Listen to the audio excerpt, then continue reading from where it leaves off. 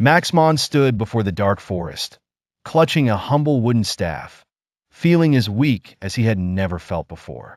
He had lost everything: his power, his status, and the name that once terrorized realms. But he hadn't lost his will. In this new body, he was merely a weak boy, yet he knew his power hadn't completely vanished. It was scattered across realms, trapped in 9 levels of power. Minmon the lowest, Wunmin, Helamon, Starmon, Zmon, Nexamon, Runtan the highest.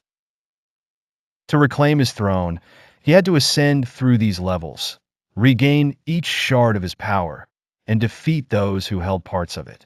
Encounter with the first guardian.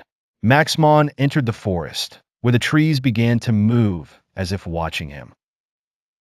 Suddenly, a deep voice emanated from the darkness.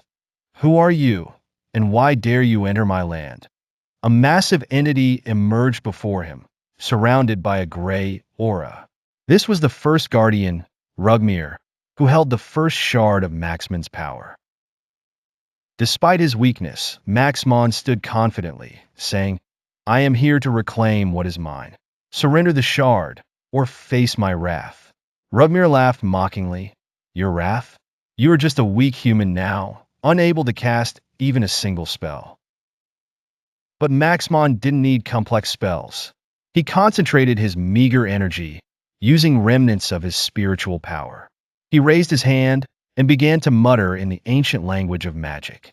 Suddenly, black energy erupted from the ground, enveloping Rugmir. The guardian screamed as he felt his power being drained. Maxmon didn't need physical combat.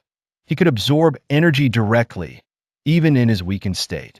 As Rugmir collapsed, Maxmon felt the first shard of his power return to him.